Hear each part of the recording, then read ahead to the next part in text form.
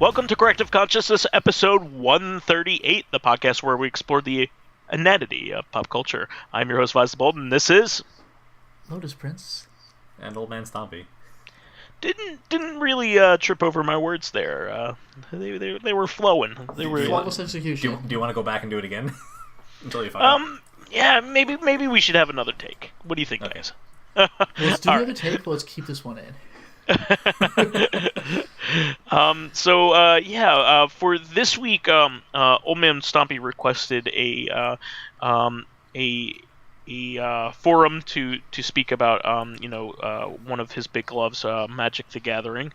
I wanted to give him the chance to speak here about the recent goings on. I believe a lot of it has to do with the online game, correct? Mm-hmm. Yeah, actually, there's been a pretty big shakeup in the way Magic's done organized play. So the tournament structure for Magic the Gathering has been sort of trundling along largely unchanged for like 20 years now. I mean, the number of tournaments and like the locations have spread out or contracted based on which like tournaments people were actually attending. But the structure where you have this gradation that starts with like Friday Night Magic, which is like where you go to your local game store on Friday night and you play like little 8-man tournaments as like the lowest level introduction to organized play, up to like Pro Tour qualifiers and like Grand Prix, which are like the really big 1,000-person tournaments that are held like maybe 30 or 40 of them around the world. And then the big Pro Tour events at the top. Those are like the signature events that you have to qualify for. Usually they're like 300 to 400 people in at least the last few were. And those are the ones that award like $30,000 or $40,000 for winning, which is a lot for playing a kid's card game, but is these days not very much when it comes to like esports initiatives. It's tiny compared to what you can get for winning like a major Hearthstone tournament. I think the last one had like a $500,000 pot. So when you're going and playing Magic the Gathering for a grand prize of like $20,000 or $30,000, like there's no way that someone could think that they can make a living as a professional Magic the Gathering player up until last year. So I know I've talked a little bit about this on some of the previous episodes of the podcast, but basically the OldManStompy. Yeah. I don't want to interrupt too much here, but I just wanted to ask you, what is the general age group for Magic the Gathering? Is it our age group, the early 30s, late 20s, or does it have a varied fan base at this point?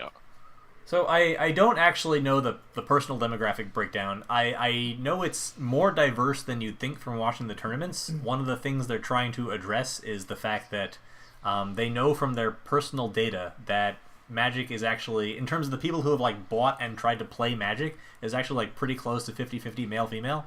But Great. The actual tournaments are like 95-5. So obviously something is, and based on our previous episode, we can imagine what mechanisms are in place that are, making it very difficult for women to enjoy themselves, like playing Magic competitively. I would imagine that the atmosphere in a physical game environment is not very conducive for a lot of people. I am sure that is definitely one of them. Yeah. So I remember that. So stepping back a bit, one of the big signature events they're holding is called the Mythic Invitational. Mythic represents the highest rarity of Magic card. That's what so there's like common, uncommon, rare, and mythic.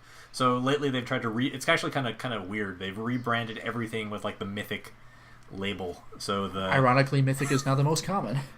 Yeah, so actually someone said that like Friday Night Magic should be like common championships, and like Pro Tour qualifiers should be like uncommon, and Grand Prix should be rare, and then the top level should be mythic, because that seems to be how they've been labeled, they've been rebranding their organized play. So that joke has been made. Thank you. On Twitter. Twitter is occasionally good for something. Oh, it's a good thing. The Pro Tour, which is the tentpole events that they run 4 times a year, have been rebranded the Mythic Championship, and they used to be named after the cities they took place in, and then for a while there was one for every set that's released. So Magic releases a major set intended for competitive standard play about every 3 months. So they would, accompanying that, also have a Pro Tour, and they started a few years ago naming it after the set. And so now, starting with the one that was just in Cleveland, there was a Pro Tour, I think, last weekend. And they called it Mythic Championship 1, And so for the foreseeable future, the next few Pro Tours will be called Mythic Championships, and they're just going to be numbered, which is kind of weird. I feel like it'll be really easy to forget, without like gratuitous social media branding, like which Mythic Championship you're playing in or qualifying for, or like rooting for your favorite player in. It seems like it like makes things really homogeneous. So there's still 4 of those a year, and they've added in 3 that will be run on Magic Arena.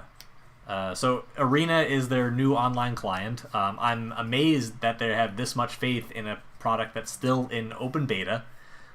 So it works really well. I've been playing it a lot for the last couple of months. But like they've upped the prize pool on these Mythic Championships to $500,000 a piece and $750,000 for the ones that run in Arena. That's a lot of money to invest in a product that might not work, or like is not ready for like. Is not considered like in full scale release. Obviously, it's feature complete because it's ready for people to play, and they're qualifying people for major tournaments. But also, so the ranked ladder was released last month, and the top 8 players in the ranked ladder at the end of the season in February also qualified for $1 million invitational at PAX East at the end of, I think it's in April, and that's again like a. So the PAX East this year? Yes, PAX East this year. I think it might be at the end of March, actually. Okay, end of March. Yeah, you're right. It's March 28th. Now that I think about it. Okay. And that will be a promotional event for the next set coming out, which is going to be like their version of the Infinity War. So they've spent all this time creating these new like Planeswalker characters, and they're going to have like a big like Legion of Doom versus the Justice League equivalent. Taking place in this set. They might have like 30 of these like Planeswalker characters represented as cards in the set, and it's like a big it's like the grand finale of a narrative arc that they've been telling over the last like 2 or 3 years worth of sets. They don't release a lot of books like they used to. They do occasionally, but mostly the story is told through like little articles they release on the main website, like little bits at a time every week. So it's not something that you can really follow or like spend a lot of money being invested in as that part of your like Magic the Gathering fandom. But they're like still very clearly like culminating some major event like at PAX, or at least that's the start of the promotion for it. And also they'll have this like $1 million tournament where they invited their 32. I mentioned that they had hired 32 professional players. They're also hiring something like 24 streamers. That it's a pretty diverse group of people from Twitch who play Magic more or less full time on their channel, and then the 8 people from Arena. So that like it sucked up a lot of the excitement from the fan base as that sort of like careened towards its conclusion. But the previous client, the original Magic Online, had all kinds of historical problems hosting very large tournaments with large degrees of traffic. It was notorious that people would like sign on to tournaments and they would get to like fairly close to qualifying for the elimination rounds, and then all of a sudden the whole tournament would just crash, the program would crash, the servers would go offline. Oh, no. The whole thing would have to be it seemed like they had no way of reconstructing a tournament from scratch. If the servers would get wiped, you would just get reimbursed and you have to start all over again. So that's awful. I mean, people had a pretty good experience with Arena to this point, but you're right, like it's terrible, like and people who had been through that once already had no reason to believe that it would go well in Arena, or at least Wizards of the Coast had a lot of work to do to like reinforce player goodwill so that people would believe that they can play Magic for basically 24 consecutive hours or whatever it would take to grind to make sure that you're one of the top 8 players, and not like have all your progress wasted or like have some big chunk of your available gaming time. What a frustrating user experience. That's awful. Yeah, it's a disaster. It's part of the reason why it was so easy for Hearthstone. I mean, of course, Hearthstone comes from an established brand, but it was it's very difficult to dislodge the Blizzard and the World of Warcraft world in terms of like its grip over the gaming universe. But Hearthstone had a good opportunity to pull off a lot of the top players who had been playing Magic the Gathering because the online client was so bad. And so if you had a life that no longer allowed you to, play Magic for peanuts like you used to have to do on the professional Magic circuit, then Hearthstone was your best option, or some other, major card game that was receiving support from or any other form of, esport that was actually that felt like it belonged, in the 2010s and not back in like 1995, which is what Magic's client looks like it was designed in.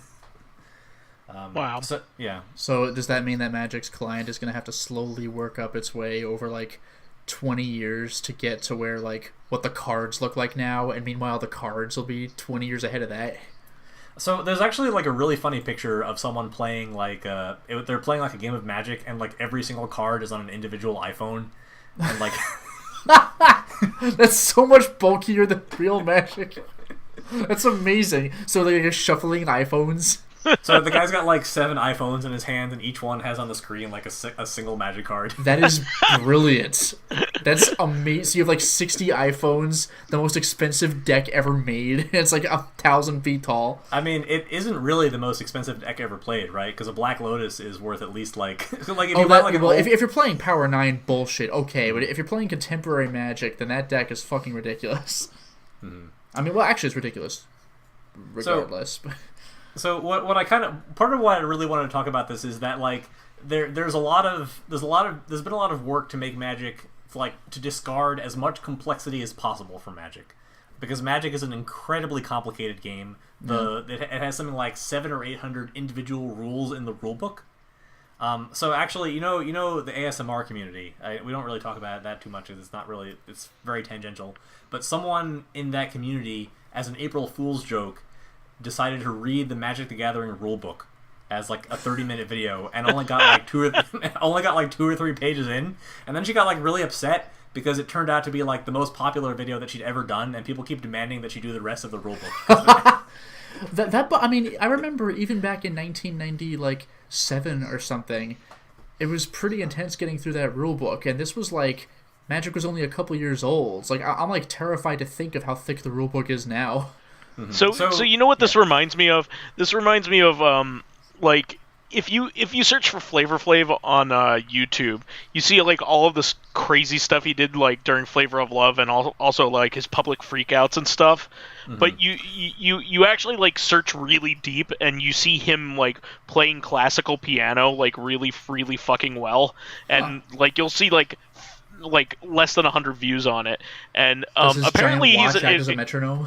Well, he's an extremely like talented musician. It's really funny because you wouldn't know that because he acts crazy, but somebody like walked into like while they were making music one time and with his group, and he's like, why is this guy even here? And he's like, he's the only one here that knows how to play an instrument. It's just like, like people go crazy for like dumb crap. You could do the best service for them in the world, but then they'll give you the views for stupid crap like this. It's a shame. No, I mean, people do have hidden depths. I would not deny that. So like when I'm at work, nobody knows that like I'm a professional wrestling fan. It's the last thing in the world that you'd guess. Not that I'm gonna bust out a classical piano solo. I don't want to take anything away from what Flavor Flav can do. That's the culmination of like years of hard work and a lot of talent. Yeah, that's pretty interesting. What was I talking about again? I believe it was Flavor Flav. Yes, we were talking about Flavor Flav. No, but you were talking about like ASMR and reading the rulebook. Oh, well, I mean, that wasn't... I was mostly, like, illustrating the complexity of Magic. The rulebook's gigantic, yeah. This person was, like, reading the Magic the Gathering rulebook, and like, as I saw, she was on... Last I checked, she was on, like, her 6th video, like, 3 hours worth of content, and she was on still, like, the 10th rule out of, like, 800. I am not surprised. So there's a lot of complexity in Magic, and a lot of the stuff that they do, or the changes that they've been made, have been in the attempt to make the game parts of the game easier to wrap your brain around, so you can spend less time worrying about things that aren't actually important to the flow of gameplay. Less time like showing up to tournaments and knowing where you're supposed to do, or like what level of tournament is appropriate for your personal skill level or your level of investment. So like the Mythic Championship is like the rebranding of everything as Mythic is part of that. Like it's supposed to make it easier to understand. Like this is the top level. You can draw that parallel between the name of the tournament and the top rarity on your card, right? So there have been a couple of things that have happened recently that kind of like make that illustrate that in spite of their best efforts, like there's still nonetheless like this high complexity cost in what they're trying to do, in terms of like expanding Magic and like continuing to grow the brand. So I had talked on the last time I was on the podcast about a card that was like really problematic in Arena specifically, a card that let you like take an extra turn. And you said it would put you into like an endless loop. You could stall a game out until that was basically the only card left in your deck, and you could actually the game had no mechanic, like no like chess clock style mechanic like Magic usually has, which meant that you could just keep taking turns, and if your opponent didn't concede, the game would never end. That's right. You said it was banned, but only online because online didn't have a judge to just walk in and stop you. Well, so at the time that I was on the podcast, it wasn't banned anywhere, and it really shouldn't be banned in Paper Magic. It's annoying to play against, but it's pretty easy to build a deck that can sideboard against it. But in Magic Arena, their primary format was best of 1 instead of best of 3, which is how most competitive Magic is played. So at the time, even the ladder didn't have a best of 3. They added that in the next patch afterwards, after the podcast I was on. But most competitive Magic, including the ladder, was played best of 1, and it was just infuriating to play against this deck that didn't let you do anything. You just sat there and hoped that that while their deck was still like 30 or 40 cards, that they failed to draw their take an extra turn card, using all the mechanism they had to like sift through their deck and find it. And it was really frustrating, and there was nothing you could do about it aside from like pre-sideboarding your deck to be good against that, but then you would be bad against basically the rest of the field, because that deck that took all those extra turns operated on another plane of like gameplay compared to the entire rest of the format. So they wound up banning it only in best of 1 and only on Arena. You can play like best of 1 at your kitchen table, or at like some unsanctioned, or like your local game store if they decide to. I don't actually know if you're allowed to host best of 1 in like the low level sanctioned play. But it is not banned in any way, shape, or form in Paper Magic. It is not banned in the other Magic Online client, which is the robust one that kind of it robust in the sense that it has all the cards in Magic's history, but like less robust in the sense that it's a steaming pile of garbage, like in terms of the code. So the only place you can't play that card is in Best of 1 Magic Arena, which like adds this extra layer of complexity. And someone actually made a Reddit post about this.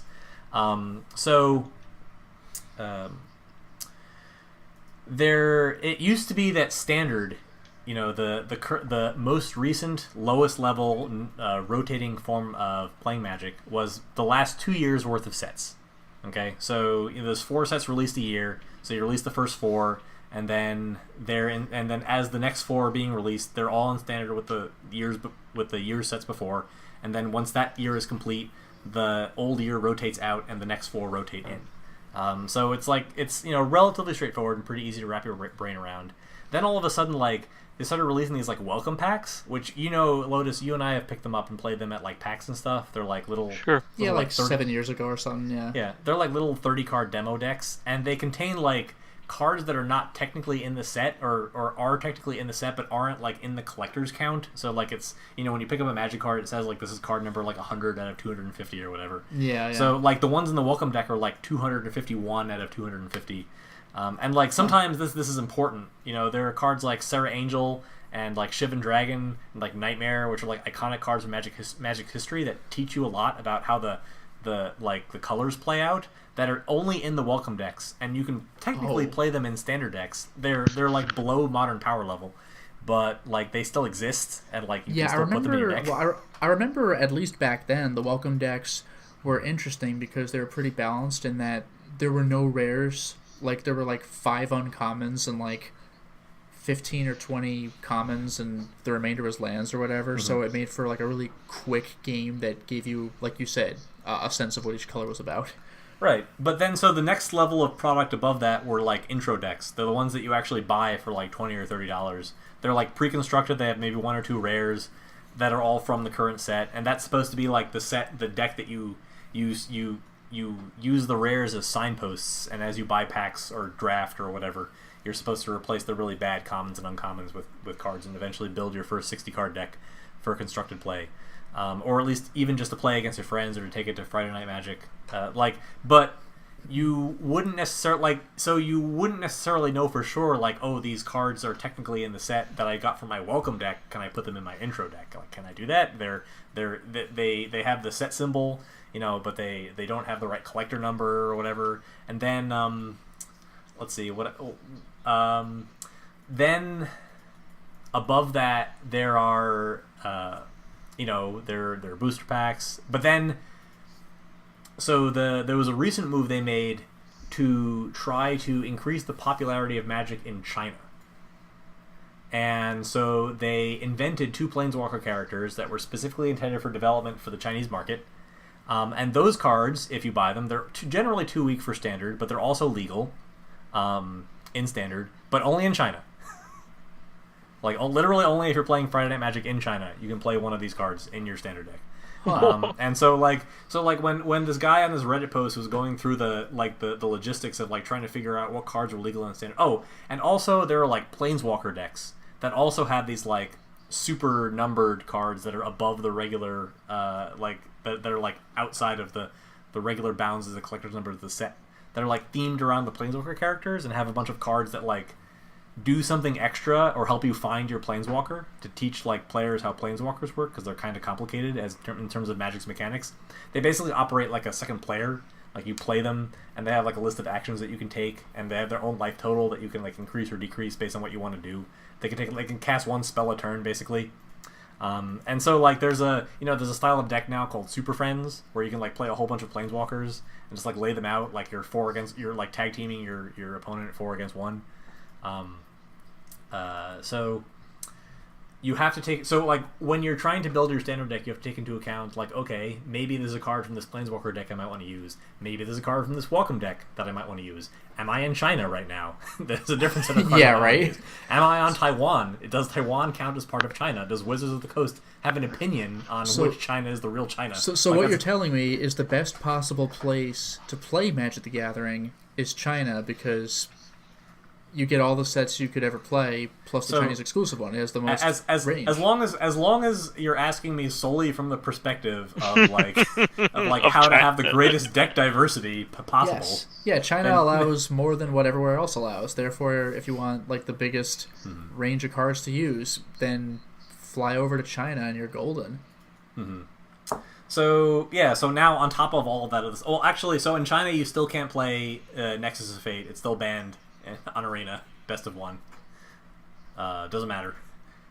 So yeah, that's why this is so interesting to me. I mean, I know this is a lot of sort of like nitpicky detail in terms of how you'd go about building your Standard deck, but like, it's unusual to me that they'd make the decision. Like, I understand why they did it, because it tells me how invested they are specifically in the best of 1 format, because it allows like a lot of casual play, and they want that experience to be as streamlined as possible, such that it's worth banning a card that you can go, that like, if you think Nexus of Fate is a cool card, if you want to play that deck, you can play it literally anywhere else than online, but it's a pretty high opportunity cost to like go out and buy a paper Magic deck and learn how to play a deck, especially like if it's not the deck that you can trivially play online. Usually the cheapest way to get your reps, like learn how to play Magic if you want to play it competitively, is to go online, because that's where you have fastest access to a game.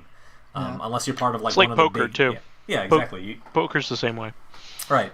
So in poker you can have like the professional poker players. They keep like 6 or 7 screens open at a time. They're always playing like a whole bunch of different tournaments at once. I mean, you can do that in poker, because a lot of the time in a poker tournament you're not actually participating in the action most of the time. If you have you're bad not cards, keeping track of like 1,000 complicated maneuvers that like No, but this is part 3 of your 7-step plan per screen you're using. The idea is that you could get into a game very, very quickly and like keep playing them so you can learn. Not to mention everyone's using the same deck of cards in poker.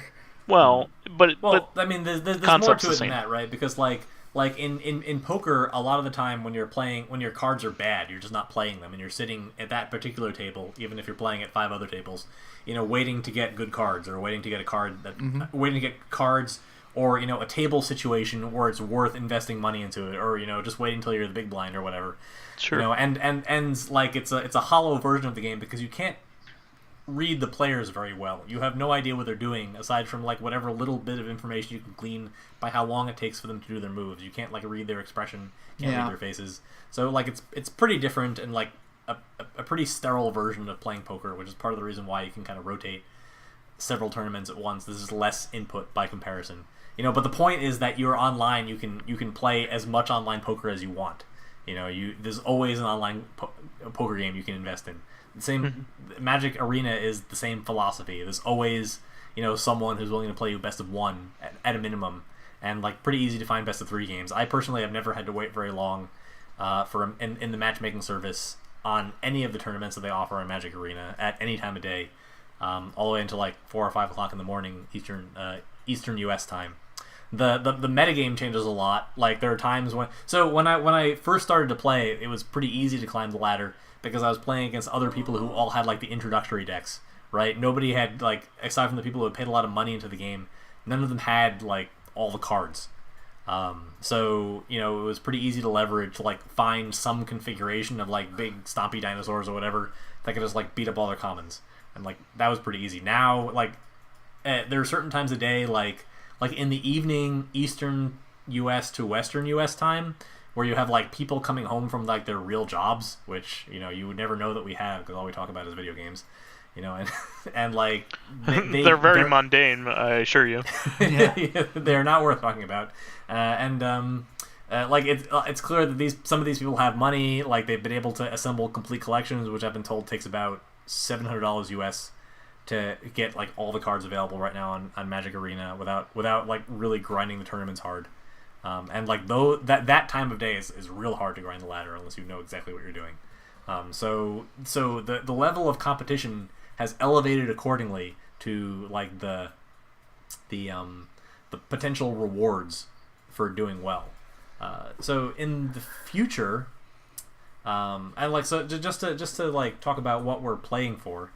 So the 3 online tournaments, like I said, they have a $750,000 prize pool, and the qualifying spots go to anybody who's in the top 1,000 of the Magic the Gathering Arena rankings, as opposed to the Invitational, which is just open to the top 8. So I can understand why they wouldn't want to do that, because it kind of like, so I'd always been told that like grinding for Legendary, like the top ranks of Legendary in Hearthstone, implied that you were going to sit and do nothing but play Hearthstone for like 18 hours in a row, and this is a regular activity for people who like stream Hearthstone for a living, even if they don't win the tournaments, because this is their livelihood, and that's very unhealthy behavior. People die literally, like doing that kind of stuff from like dehydration or like malnutrition, from like pushing their bodies to like same thing in speedrunning, right? Sure. I know it's not particularly common, but there are like speedruns that take 50 or 60 hours to complete, and it's amazing to me that people don't like literally die on stream. There are people that have been hospitalized for doing high score runs of things like Qbert. Oh yeah. I can see that. Yeah. I think in order to beat the current high score, which was made in the 80s by some lady, you have to literally be up for 48 hours, something like that. That's unbelievable. So we have a friend who competes in competitive like recital of the digits of pi. Lotus knows who I'm talking about. Yes. He's never been on the podcast. So he mentioned to me that the record is held by a Chinese national who had, in the verification of his record, had to recite pi for like over 24 hours. Oh, Jesus. Like that to me is unbelievable. Did they have to do it in English, or could they do it in Chinese? I personally don't know. I would hope it doesn't matter. It's numbers. It's a number. Well, you never know, because there's all kinds of gatekeeping bullshit in all of these competitions. So who knows? Sure. Well, like I said, it's assuredly for the decimal interpretation of the number. It doesn't necessarily mean that you have to say it in English. It probably was in English. I didn't go and look it up. I'm just wondering whether they kind of just memorized it by the beat, you know what I mean, by the phonetics rather than the numbers. Either way, they memorized it. So our friend knows a couple thousand digits of pi, and he does it in groups of 5 at a time, and like remembers it in a rhythm. So yeah, I would say that's at least part of the. But his the world record is like 20 or 40,000 digits or some absurd number like that. That is, the beat is not going to help you get all the way there. It has to there be, comes a point. Anyway, so in Magic, the new qualifiers will be the top 1,000. It will probably not require, unless you're like way outside the Mythic tier, you probably won't require unhealthy levels of participation in the ladder. If you can get yourself up to like the 500 or 600s, you can probably sleep that day safely and qualify for the the first rounds of the online version of the Mythic Championship. Mm-hmm. So that's pretty exciting. I think I did not make a serious attempt to get into the top 8. I did get to Mythic tier in the first preseason. The second preseason was the one that qualified for the Invitational. I've spent a little bit of money on cards, but not the $700 for a full collection. I do think that I will try to make the Mythic. I think it's Mythic Championship 3 is the first one that's on Arena. Like I said, they used to be called Pro Tours, but the first one, the Mythic Championship 1 was Pro Tour Cleveland, and Championship 2 is Pro Tour London, I believe. But you can't really call Mythic Championship 3 Pro Tour Arena, like Pro Tour My Kitchen, Pro Tour My Dining Room. That's where I'm playing. Especially not if there's going to be 3 every year, right? It's like they're all going to be. I think the cadence that they want to have, it's only 3 this year, but they'll probably have 4, like interspersed in between the Pro Tours in the future. And like that's a pretty spicy prize pool if you've never gotten involved in competitive Magic before. Personally, I think it's very easy to pick up. I mean, Magic is a hard game to play, but Arena has made it as easy as it's ever going to get to play online. So if you're interested at all, I would recommend giving it a try now. It is free to play, aside from the purchasing of packs. So playing gets you about a pack or 2 a day, aside from like whatever you get from drafting. So it's not that hard to build to build like a deck. The deck that I got to Mythic the deck that I got to Mythic with in the first preseason, I built spending no money on the game whatsoever. And so I really only spent money to buy cards in the game with the specific intent of considering getting into the top 8 before deciding that, for one, like I was just not keeping up with the metagame at all. And like for 2, I would have no way on that last day to take enough time off of work to actually like make the qualifier. Significant negative EV, negative effort value, for me to like to like basically take a sick day, just sit around and play Magic all day. As much as I love Magic. Nice. Did you have any final thoughts on everything here? Well, ironically, the deck that I bought, that I like purchased cards for, was actually the Take an Extra Turn deck, because I figured there would be some equity in like playing a deck that everybody hated. And it is true that like as you start, like a lot of people will just like see you play the card once and they'll just concede immediately. And so like at the start it was worth being the villain. But like as you start climbing the ladder, you start running into like professional Magic players who are not so easily like dissuaded by like that kind of stupidity. And at that point, I actually had to like learn how to play the deck. It took like an evening of just getting exceedingly frustrated with myself. So like just learn how to navigate the interface well enough to play this deck as at a high level. I was surprised by like so I guess how I would explain it is the game assumes that, well, it makes certain assumptions as to when you can't do something. And it will just like speed through all the phases of the turn without giving you the option to do something unless you specifically tell it to stop. And sometimes that matters a lot. It's like a shortcut that they added to streamline gameplay and make the games go faster, with the assumption that if you're a very good player, then you'll know exactly when you need to put a stop down on like the automatic priority passing. And like that intuition took a long time, and I absorbed a lot of losses like trying to figure it out. There's a very famous story from a professional Magic player named Luis Scott Vargas, where he was playing a vintage tournament, and he was playing a card called Burning Wish. So Burning Wish, I don't know if Lotus remembers this card. It says you can search your sideboard for a sorcery and put it into your hand, which is there's only like a couple of cards in Magic's history that let you get a card from outside the game and bring it into the game. I've only ever heard of like maybe it was like Unhinged or something, refer specifically to the sideboard. So the original card was a card in Arabian Nights called Ring of Maruf. that you might have seen. It allows you to bring a card from outside the game into the game.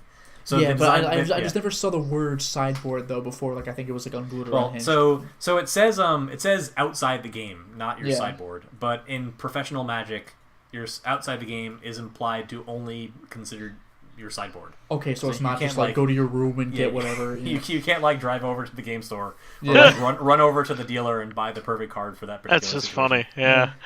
But anyway, so he was building a sideboard, and in Magic you have a 60-card main deck and you have a 15-card sideboard, and he had 14 cards in the sideboard, and he's looking at it like I can't remember what this 15th card is supposed to be.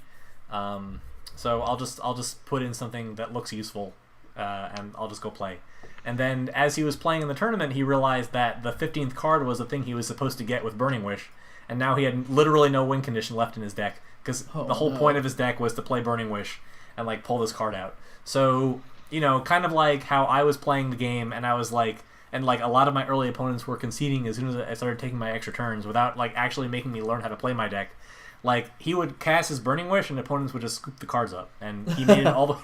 He apparently, like, they prize split the top 4 of that tournament, so technically he won, getting all the way to the end of the vintage tournament without ever having to play, like, his Burning Wish for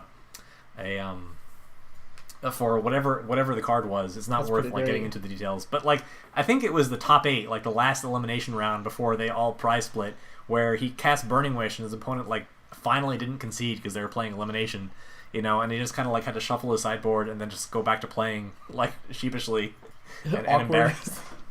In Magic, there's a term called "fail to find," which is what they call it when you have to search your deck for something but you can't find it, and that's like the saddest feeling in the world when for example, when like you search your deck for a forest and you have no forests, and like this is something you can do. Just like kind of put your deck back down. Yeah. Yeah, if you call out the card you're looking for in advance, I think some cards require that, and then it's just like, well...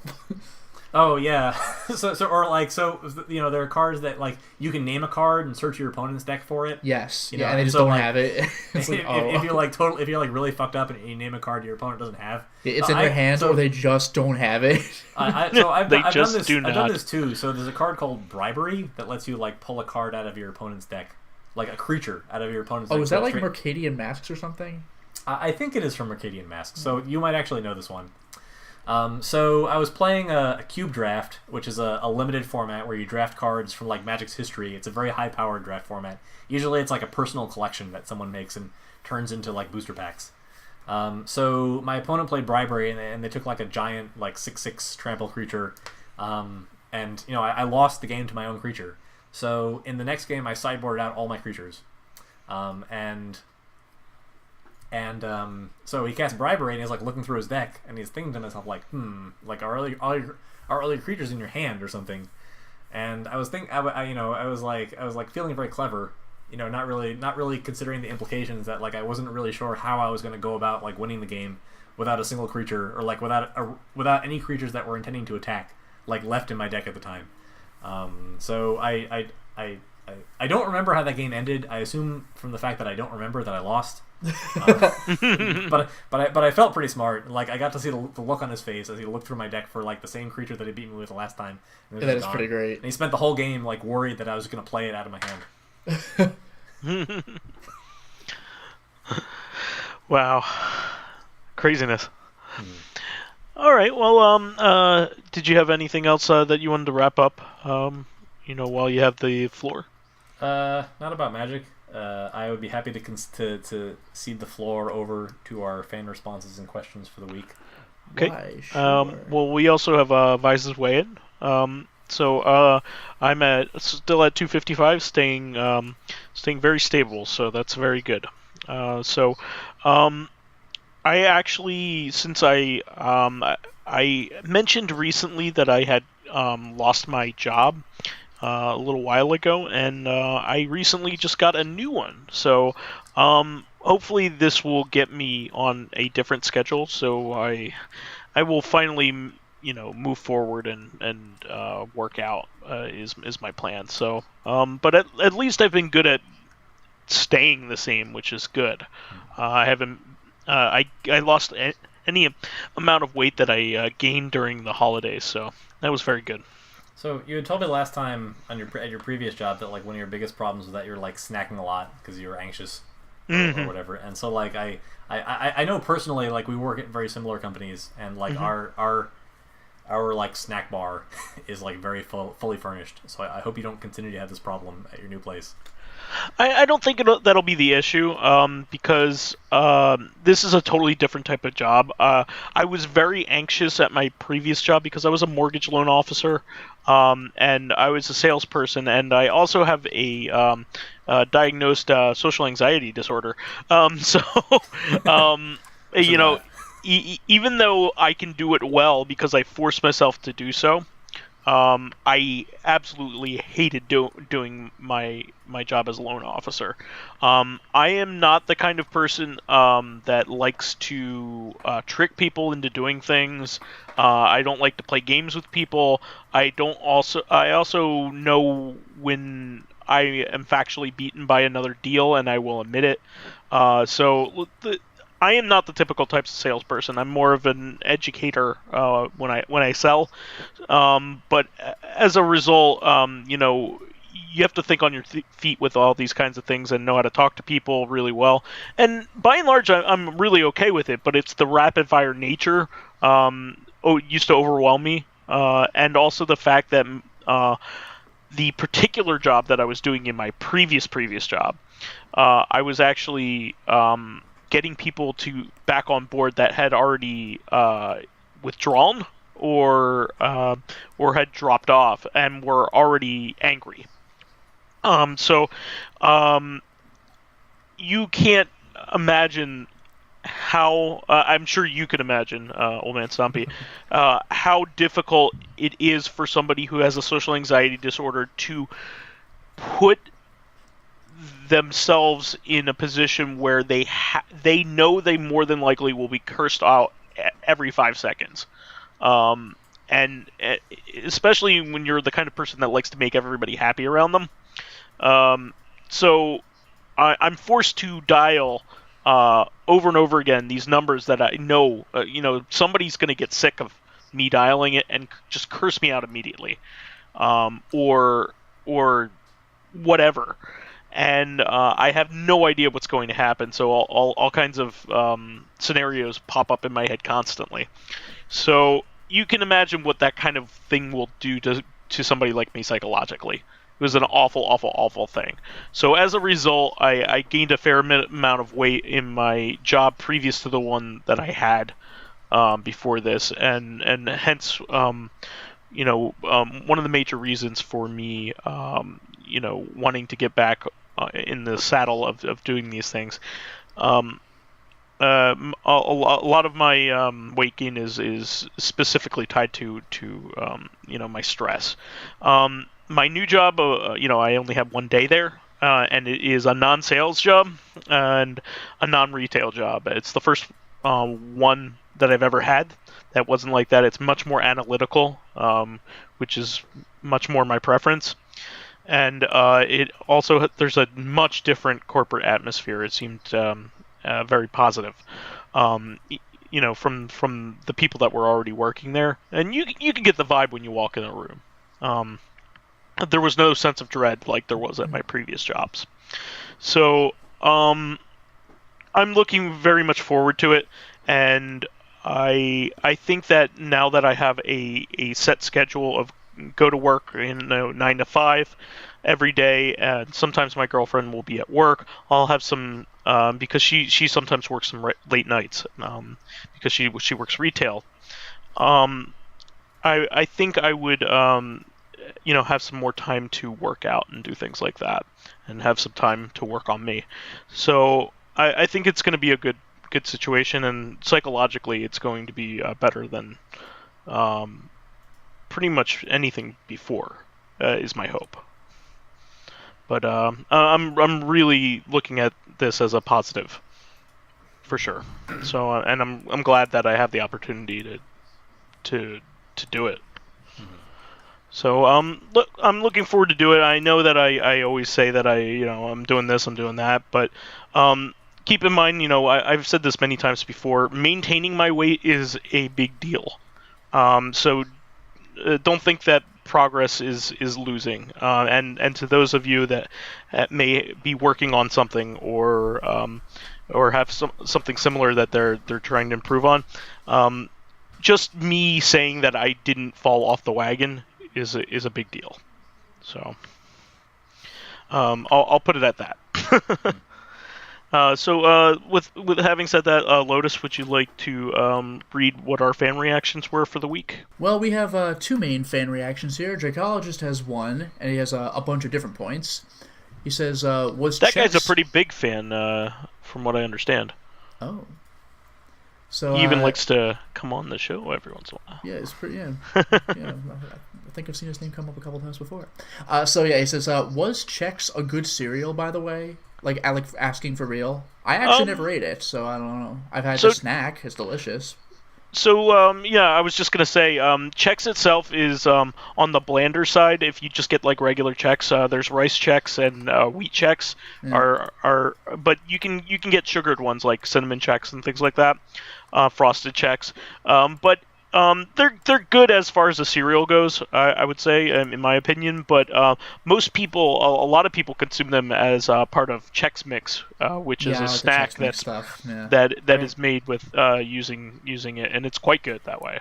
Yeah, I mean, let's remember that like sugary cereals are like basically candy. They're not really breakfast. Yeah, they're not. Yeah, not cereal. Yeah, frosted anything, it's like all right. There have been dietitians that have recently come out and saying that pizza is actually better for you than most cereals. I heard about that article. Yeah, so this is a problem with a lot of traditional American breakfasts. At least the things that we expect to eat like quickly like on the pancakes. Go. So like a muffin is basically a cupcake. There's no distinction between the two. Just because one might have some bran in it, like it's not actually healthier for you. Well, you should have seen like remember like the 1950s where people would just like pour sugar on like their cereal or other breakfast foods, like it wasn't sugary enough.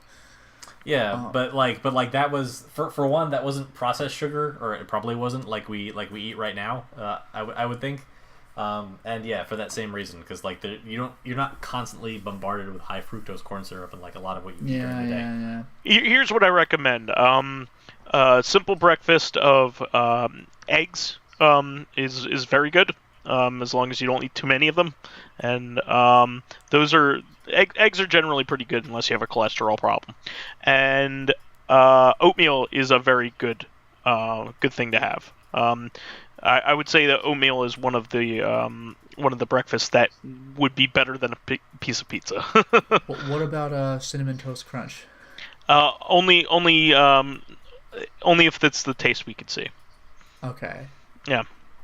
French toast. I don't know. It looks pretty unhealthy to me. And it clearly looks unhealthy. Or you could eat Reese's, but for breakfast. You eat candy for breakfast? When pizza's on a bagel, you could eat pizza anytime. I know that one too. Jesus Christ, I forgot about those. Anyway, Dracologist goes on to have more relevant things than our bullshit tangents. He says, regarding Doom stuff, like what is a WAD?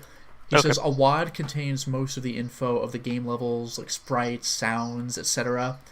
Regarding Raven, which released Heretic, he says Raven made Take No Prisoners and Mage Slayers, both something that should be remade as twin-stick shooters of today's engine.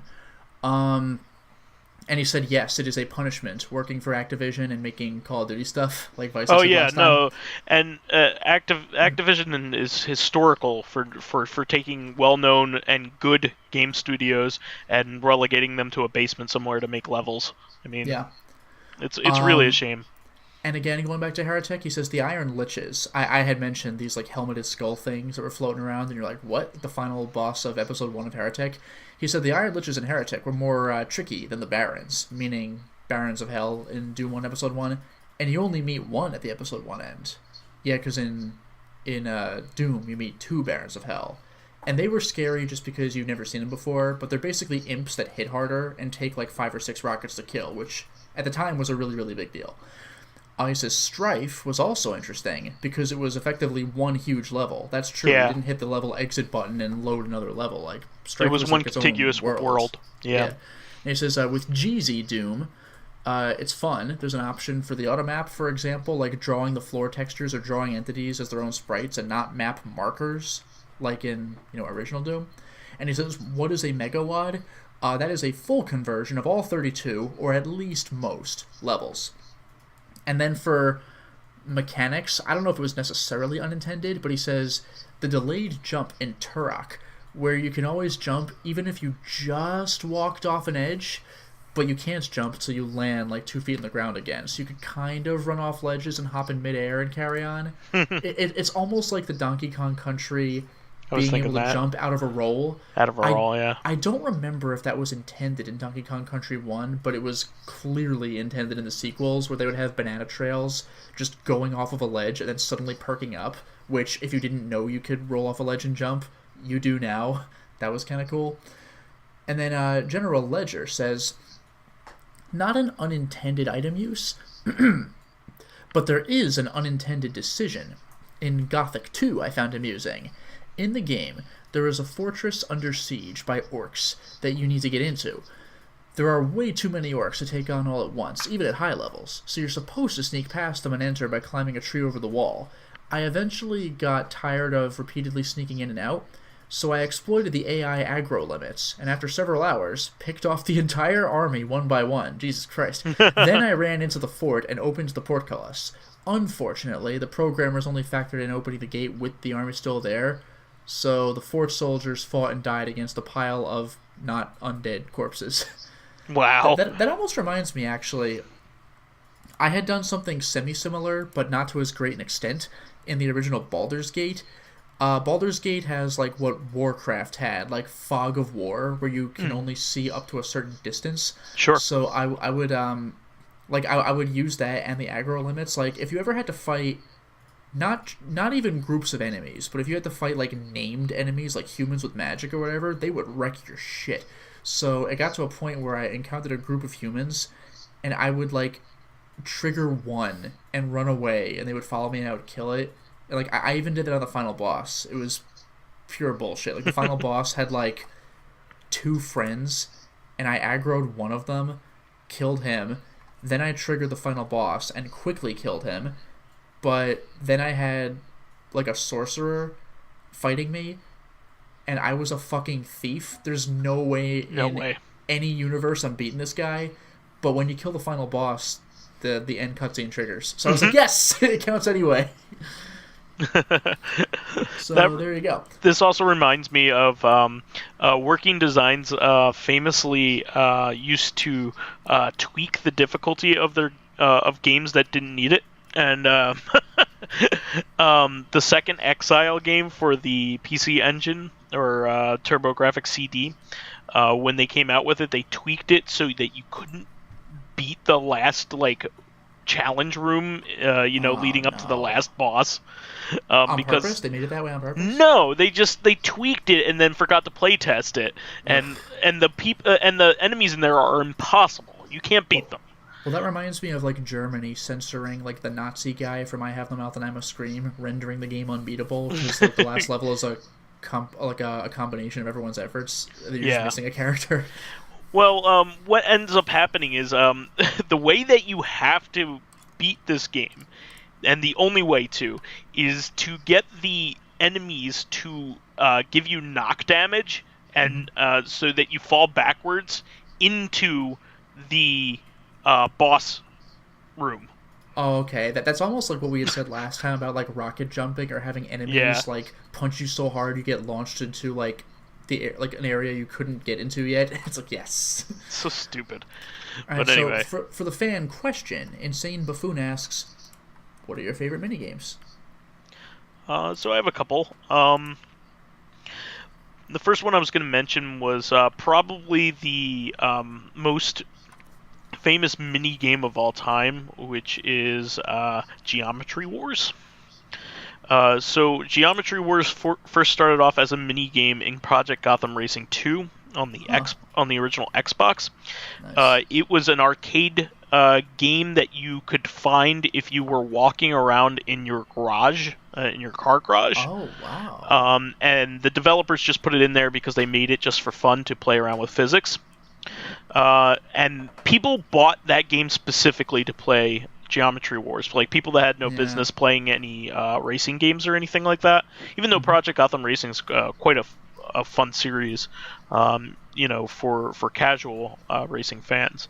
But that was great. And then it eventually, a lot of people would know that Geometry Wars eventually, launched the indie game craze essentially.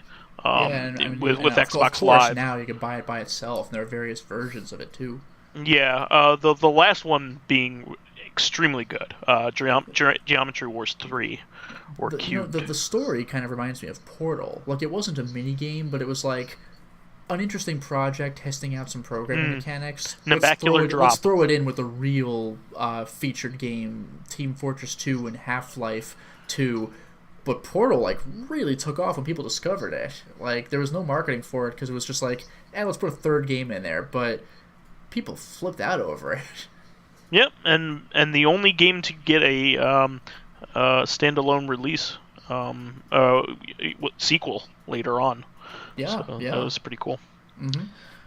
But regarding Geometry Wars, it's almost like if something like weird and unique, like it's like if Boxelios from like Yakuza 3 got its own release and expanded versions of games. That'd be kind of cool. That's another good choice for mini game. Another one that I wanted to mention was I really like.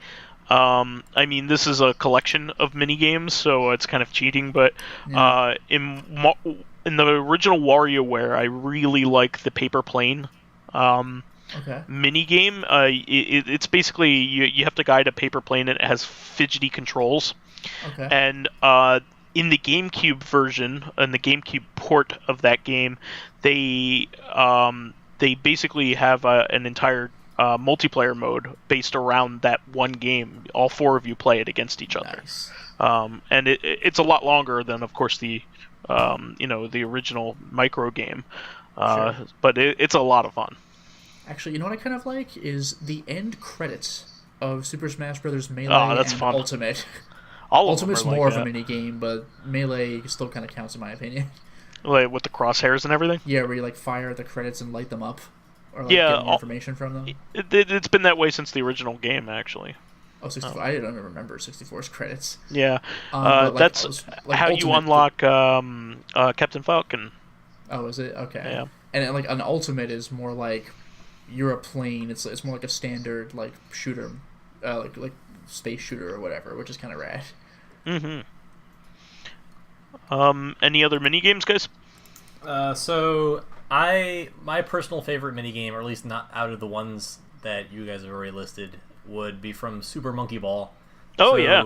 So like it has a litany of like multiplayer games that you can play in addition to the butt clenchingly difficult main games. So like when you're playing the main game, you have this like feeling that you're never entirely in control of your monkey and its little ball, and like that makes you very anxious when you're playing the game. But like when you're playing a lot of the mini games, that changes into an element of like good fortune and luck, where like you feel like you're not entirely getting control, but you know that if like you get a bounce in the right direction, you might like score points that you weren't expecting in a mini game. My personal favorite is the very first GameCube Super Monkey Ball. I think had it either the first or the second one. I'll have to look it up.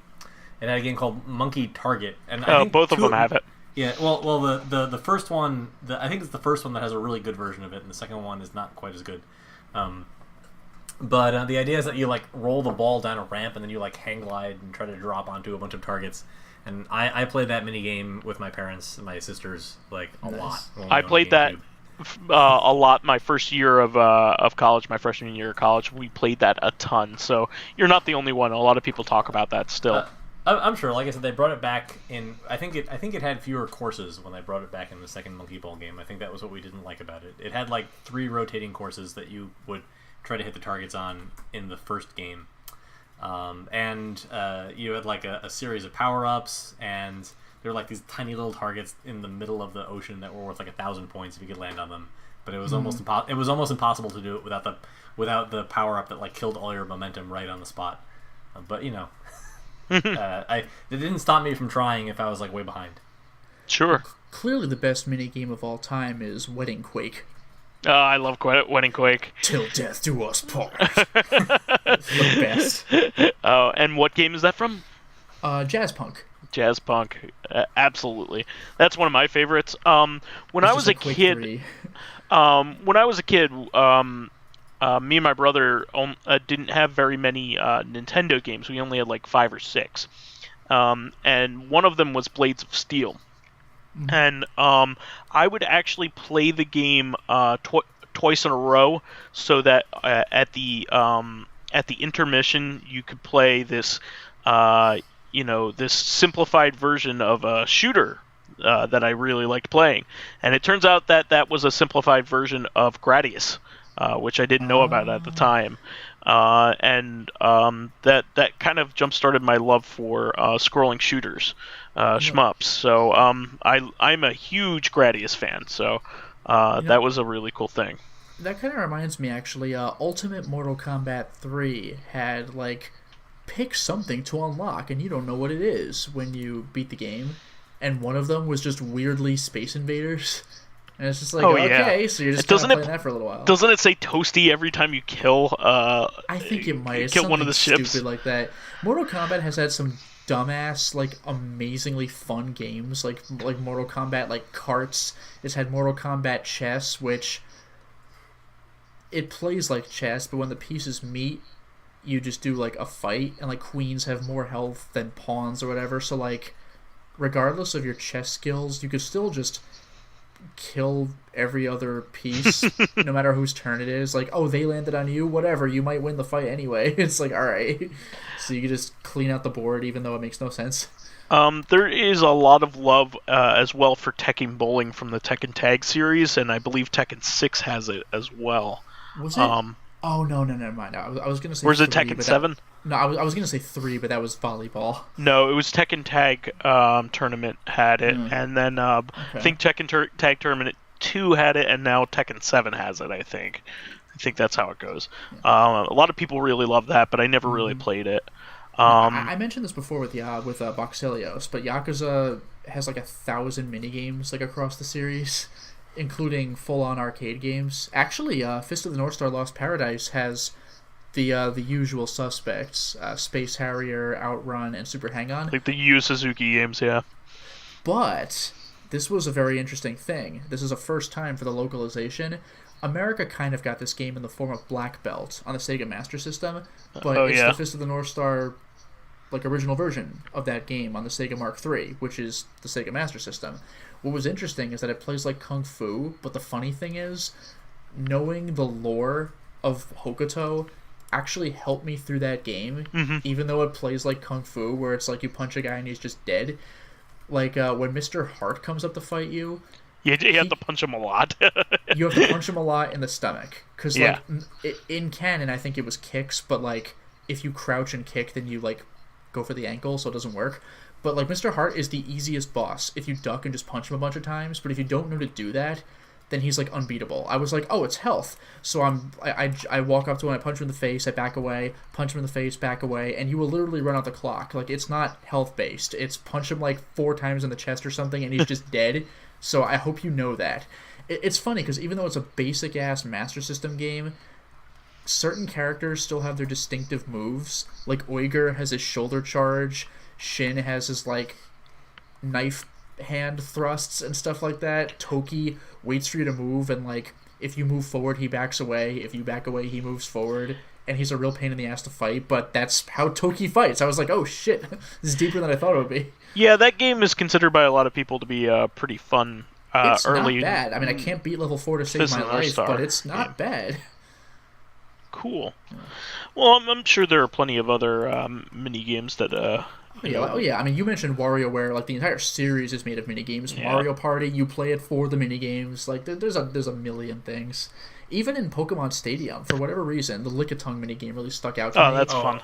Like, grab the most expensive sushi. I was like, yes. So those, I don't think I've ever actually played the actual Pokemon Stadium 1 and 2 games. I think I've only played the minigame islands with, like, my family. Like, the ones where you, like, rotate until you get to 9 wins or whatever. I played Stadium 1, but I only made it to, like, round 2, and I couldn't beat round 2 with rental Pokemon only. And even round 1 I only beat because of pure luck, because Gen 1 Pokemon's mechanics are kind of broken, and just nobody knew it at the time. So, like, I hit Mewtwo with, like, an Ice Beam, and I froze him, and I think in Generation 1, if you're frozen, like, you're fucked. Like, that's just it. So, like, he just never had a turn again, and I just kept love-tapping him until he died. So, okay. Well, please comment below with your picks of your favorite mini games as well. There's some well-known ones that we're missing here. There's actually a pretty cool tank game a multiplayer tank game in the Saturn port of Duke Nukem. That's like 12 players. It's pretty neat. Yeah. There's Minesweeper called "Don't Step on the Corn" in System Shock 2, and if you click a mine, which is a corn cob, it's like you stepped on the corn. It's pretty good.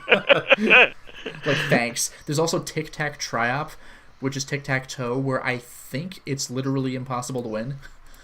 So like, there's that too.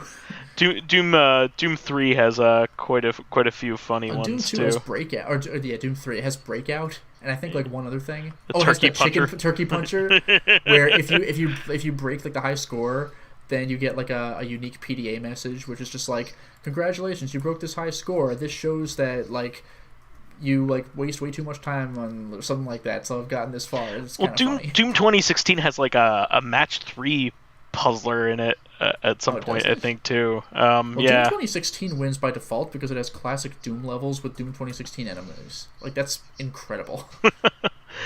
Well, we should wrap up. Definitely comment. Please give us more questions, too. We're running a little low here.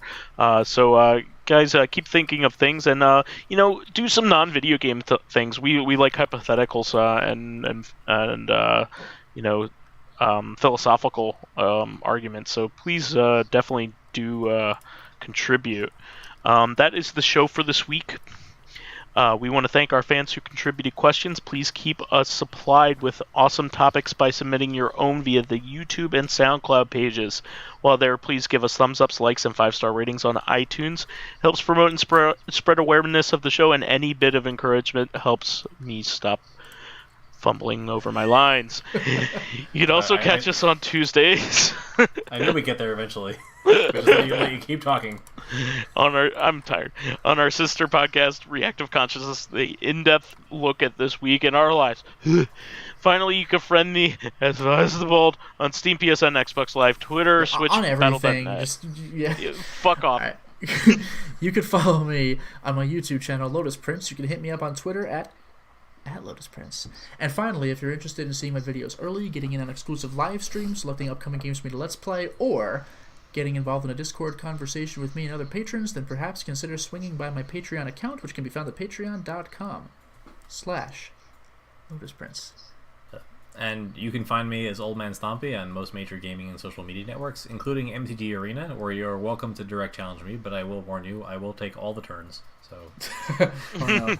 where will you take them? That's the bigger question. I will take them home with me, and I will sit on them and sleep on them until I get to work. just think twice before you use bribery on them. There's a great reaction video of like a Twitch streamer encountering this deck for the first time, and he's like having so much fun, just like bullshitting on this guy. He's losing really badly, and he's like, "Oh, I get it. You get to take the next turn. I don't get to take any turns. Oh, and now you take another turn. Look at this. This is so much fun." And it's like, yes, yeah, pretty much. I want to be the other guy. This is why I play. Wow, did you ever see that Pro ZD video where it was called like getting a really good turn in a card game or whatever? Yes, I have seen that video. It's so good. Exactly. Where like, oh, now that I activate this, I can do 3 more things. Yeah, I get it. I'm dead. No, hold on. So when I activate this, 3 more come out, and then I evolve those, and it's like, it is really satisfying when you get that. But like, the other guy's just fucking sitting there. He's like, I lost like 10 minutes ago. Can we just end this, please? Mm-hmm. All right. Until next time, everyone. Please. We'll catch you later on Tuesday. Cheers.